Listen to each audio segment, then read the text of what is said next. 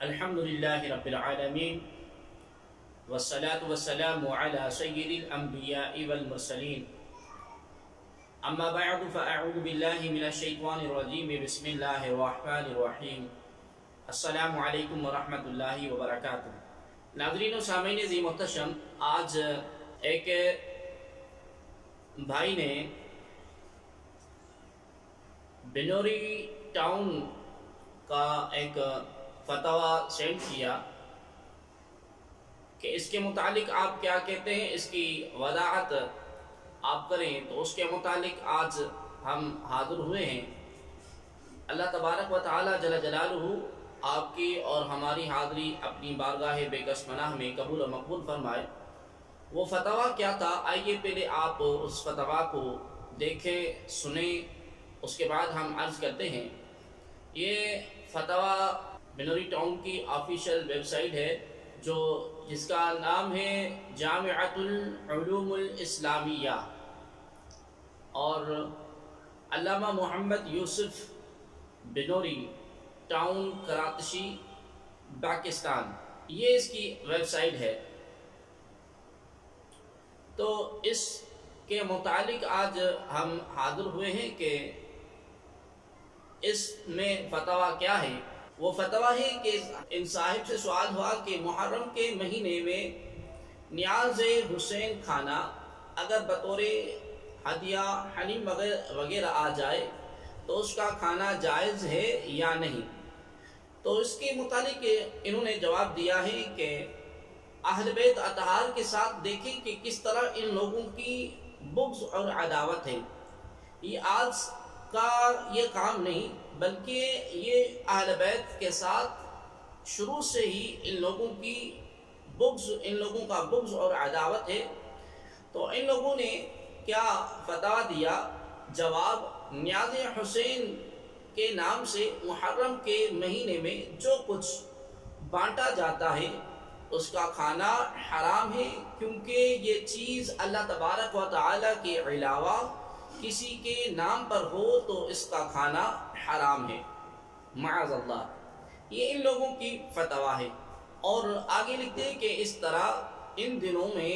جو حلیم تقسیم کیا جاتا ہے، اگر اس کے بارے میں یہ یقین ہو کہ یہ غیر اللہ کی نیاز ہے تو اس کا کھانا قطعی طور پر جائز نہیں۔ اگر ان دنوں میں کوئی ایثار ثواب کے طور پر تقسیم کرتا ہے تو بھی اس کے کھانے سے اجتناب کرنا چاہیے، کیونکہ آج کے دور میں محرم کے ابتدائی عشرے میں حلیم، شربت وغیرہ بنانے کا التزام کرنا اہل باطل کا شعار بن چکا ہے۔ اس لیے اہل باطل کے ساتھ مشابہت کی وجہ سے ان دنوں میں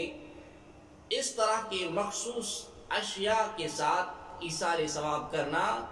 بھی جائز نہیں، اور اس کا کھانا بھی جائز نہیں، مکروہ ہے۔ اور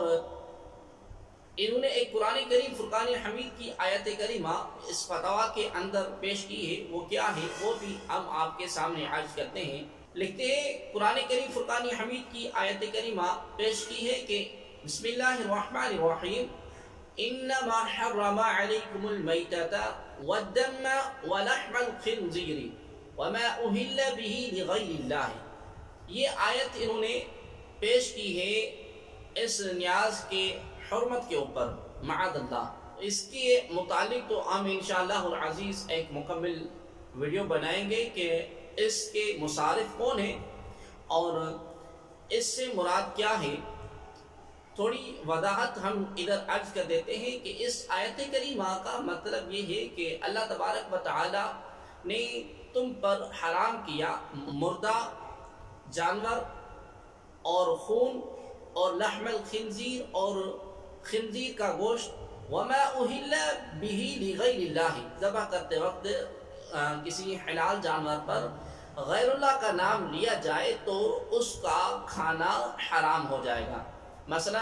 اگر ساری زندگی ایک جانور ہے، کوئی بچڑا ہے، کوئی بکرا ہے، وہ کسی اہل اللہ کے نام پر ہے، مثال کے طور پر سیدنا حضرت امام حسین علی مقام رضی اللہ تعالی عنہ کے نام پر ہے، اور اب اس کو ہم اللہ تبارک و تعالیٰ کے نام پر ذبح کرتے ہیں. مثلا ہم ذبح کرتے وقت اللہ کریم کا نام لیتے ہیں، تکبیر جو ہوتی ہیں وہ ہم لگاتے ہیں، تو یہ جانور جو ہے یہ حرام نہیں ہوگا. اسی طرح اگر اسی جانور پر ساری زندگی اگر کوئی جانور اللہ کے نام پر ہم کھڑا کر دیں اور ذبح کرتے وقت کسی غیر اللہ کا نام لیں، مثلا ہم امام حسین علی مقام کا نام لے لیں، تو وہ جانور حرام ہو جائے گا. چلو امام حسین علی مقام رضی اللہ تعالی عنہ کا نام نہیں لیتے، سیدنا آقا نامدار حضرت محمد مصطفیٰ احمد مجتبی صلی اللہ علیہ وآلہ وسلم کا نام بھی ذبح کرتے وقت لیں تو وہ جانور حرام ہو جائے گا. اگر پوری زندگی چاہے وہ جانور اگرچہ آپ کا وہ جانور آقا کریم علیہ السلام کے نام پر ہو، میلاد شریف کے لیے آپ نے چھوڑ رکھا ہو، سیدنا امام حسین علی مقام رضی اللہ تعالی عنہ کے نیاز کے لیے آپ نے چھوڑ رکھا ہو، یا حضرت حضور غوث اعظم رحمت اللہ تعالی علیہ کے 11ویں شریف کے لیے آپ نے چھوڑ رکھا ہو، یا کسی اللہ والے کے عرس کے لیے آپ نے چھوڑ رکھا ہو، یا آپ نے اپنے والدین مرحومین کے ایصال ثواب کے لیے وہ جانور چھوڑ رکھا ہو، لیکن ذبح کرتے وقت اگر آپ اللہ تبارک و تعالیٰ کا نام لے کر اس کو ذبح کرتے ہیں تو وہ جانور حرام نہیں ہے بلکہ حلال ہے. اور آئیے اب نیاز کے متعلق ہم پڑھتے ہیں. یہ نیاز امام حسین علی مقام رضی اللہ تعالی عنہ جو ہیں، یہ نیاز امام حسین رضی اللہ تعالی عنہ اور دیگر شہدائے کربلا کی ارواح طیبہ کو ثواب پہنچانے کے لیے صدقہ اور خیرات کرنا ہوتا ہے. غریبوں اور رشتہ داروں کو کھچڑا یا حلیم یا کوئی اور کھانا کھلانا، جس کو عرف میں احتراماً نظر اور نیاز کہتے ہیں، یہ جائز اور ثواب کا کام ہے، اور اس کی اصل جو ہے وہ ایصال ثواب ہے، اور ایصال ثواب قرآن اور سنت سے ثابت ہے. ہاں یہ خیال رہے کہ نیاز کی کوئی بھی چیز اس طرح پھینکنا جس طرح وہ چیز پیروں کے نیچے آئے، یہ بے ادبی ہے جس سے بچنا ضروری ہے. اب آئیے اس کی ہم تھوڑی ایصال ثواب کے متعلق تھوڑی آپ سے گفتگو کرتے ہیں. اب ان بنوری ٹاؤن والوں کو اگر اس کے ایصال ثواب اور نیاز کو انہوں نے ایصال ثواب نہیں سمجھا تو ان کو چاہیے یہ تھا کہ جس طرح اللہ تبارک و تعالی جل جلالہ نے قرآن کریم فرقان حمید میں ارشاد فرمایا ہے فَاسْأَلُوا أَهْلَ الذِّكْرِ إِن كُنتُمْ لَا تَعْلَمُونَ، سو تم اہل ذکر سے پوچھ لیا کرو اگر تمہیں خود کچھ معلوم نہیں. ان کو معلوم نہیں تھا، ان کو معلوم نہیں، اگر معلوم ہے بھی تو بغض امام حسین علی مقام اور اہل بیت اطہار کی بغض میں یہ اتنا آگے نکل گئے کہ اللہ تبارک و تعالیٰ کی حلال کردہ چیزوں کو ان لوگوں نے حرام قرار دے دیا معاذ اللہ. تو ان لوگوں کو اگر پتہ نہیں تھا تو کسی اہل علم سے جا کے پوچھتے، اہل سنت و جماعت کے مفتیان کرام سے جا کر پوچھتے، یا اہل سنت کے جو محققین ہیں محدثین ہیں ان سے جا کر پوچھتے کہ اس مسئلے میں کیا کہتے ہیں. تو لہذا ان کو یہ معلوم ہو جاتا کہ نیاز جو ہے در حقیقت یہ ایصال ثواب ہے، لیکن احتراماً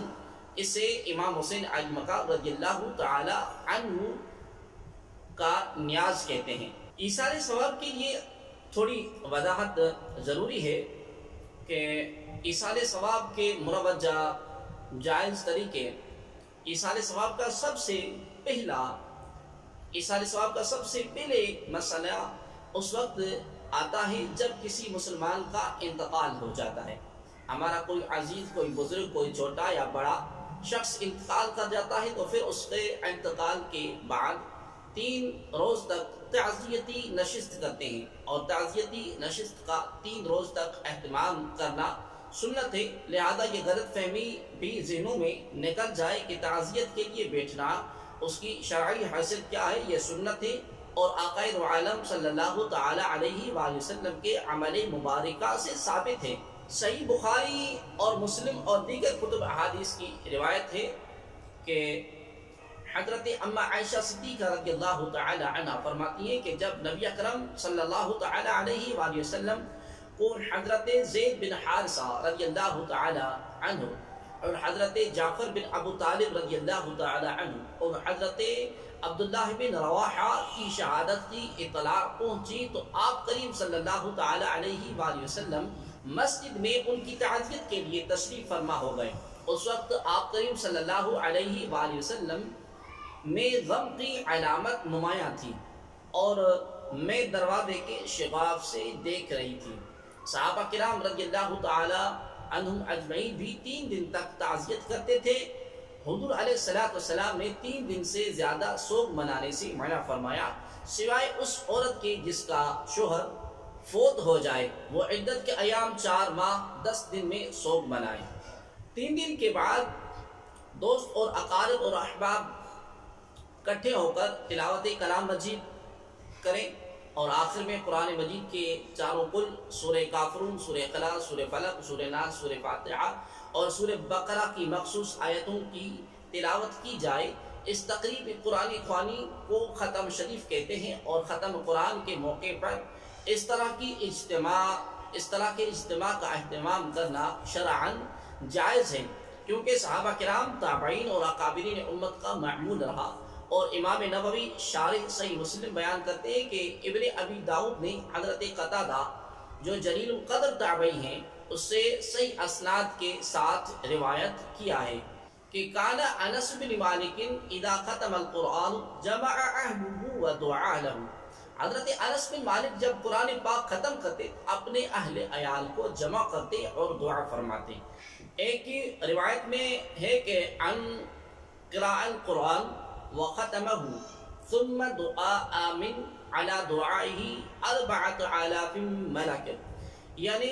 جو قرآن پاک ختم کرے پھر دعا مانگے اس کے دعا پر 4000 فرشتے آمین کہتے ہیں، بحوالہ سنن دارمی۔ جبکہ دعا خیر سے مراد مرحوم کے درجات کی بلندی کے لیے دعا خیر کرنا ہے۔ اب ان دنوں اصطلاح میں کون سا پہلو شریعت کے خلاف ہے؟ جو نام چاہیں استعمال کریں، اللہ اور اللہ کے رسول نے کوئی نام تجویز نہیں کیا۔ ایصال ثواب کے مروجہ طریقوں میں سے ایک یہ ہے کہ لوگ سالانہ ختم دلاتے ہیں اور اپنے مشائخ، اولیاء، بزرگوں، والدین کا دن متعین کر کے مناتے ہیں۔ یہاں نیاز میں بھی اس طرح ہوتا ہے کہ دن مقرر کر کے، خصوصاً ان ماہ محرم الحرام کے ایام میں سیدنا حضرت امام حسین علی مقام رضی اللہ تعالی عنہ اور آپ کے دیگر رفقاء کے لیے نیاز کرتے ہیں، ان کے لیے ایصال ثواب کرتے ہیں، لہذا یہ شرعاً جائز ہے اور اس کا کھانا بھی جائز ہے، اور اس کا اگر کوئی پانی کی سبیل وغیرہ لگاتا ہے تو وہ بھی جائز ہے، اس میں کوئی بھی حرج نہیں اور یہ کوئی ناجائز نہیں ہے اور نہ ہی معاذ اللہ یہ کوئی حرام ہے، اور قرآن حدیث میں اس کی کوئی ممانعت بھی نہیں ہے۔ خود حضور نبی اکرم صلی اللہ علیہ وآلہ وسلم کا معمول مبارک تھا کہ آپ کریم صلی اللہ علیہ وسلم ہر سال شہداء کی قبروں پر تشریف لے جاتے اور دعا فرماتے۔ یہی معمول آپ کریم صلی اللہ علیہ وسلم کے جانثار متبعین صحابہ کا بھی تھا۔ مصنف عبد الرزاق میں اس حوالے سے ایک روایت درج ہے، عن محمد بن ابراہیم تیمی قال کان نبی صلی اللہ علیہ وسلم یأتی قبور الشہداء عند رأس الحول فیقول السلام علیکم بما صبرتم فنعم عقبى الدار قال وكان ابو بکر وعمر وعثمان یفعلون ذلك۔ یعنی حضرت محمد بن ابراہیم تیمی نے بیان کیا کہ حضور نبی اکرم صلی اللہ علیہ وآلہ وسلم کا معمول تھا کہ آپ کریم صلی اللہ علیہ وسلم ہر سال کے شروع میں شہداء کی قبروں پر تشریف لے جاتے، پھر فرماتے تم پر سلامتی ہو اس چیز کے بدلے جس پر تم نے صبر کیا، بس تمہارے لیے آخرت میں اچھا ٹھکانہ ہے۔ راوی بیان کرتے ہیں کہ حضرت ابو بکر صدیق رضی اللہ تعالی عنہ، حضرت عمر فاروق، حضرت عثمان غنی رضی اللہ تعالی عنہ کا بھی یہی معمول تھا۔ ناظرین محترم، آپ نے دیکھا اور سنا کہ امام حسین علی مقام رضی اللہ تعالی عنہ اور دیگر شہدائے کربلا کی ارواح طیبہ کو ثواب پہنچانے کے لیے صدقہ اور خیرات کرنا، غریبوں اور رشتہ داروں کو حلیم یا دوسرا طعام کھلانا، جس کو عرف میں احتراماً نظر اور نیاز کہتے ہیں، یہ جائز ہے اور ثواب کا کام ہے، اور اس کی اصل ایصال ثواب ہے، اور ایصال ثواب قرآن اور سنت سے ثابت ہے، اور یہ ناجائز یا معاذ اللہ حرام نہیں ہے، کیونکہ جس چیز کو اللہ تبارک و تعالی نے حلال قرار دیا ہے وہ حرام نہیں ہے۔ اللہ کریم کی بارگاہ اقدس میں دعا گو ہے، اللہ تبارک و تعالی آپ اور ہمیں حضور عالم صلی اللہ علیہ وآلہ وسلم کا پکا سچا غلام اور امتی بنائے، آمین۔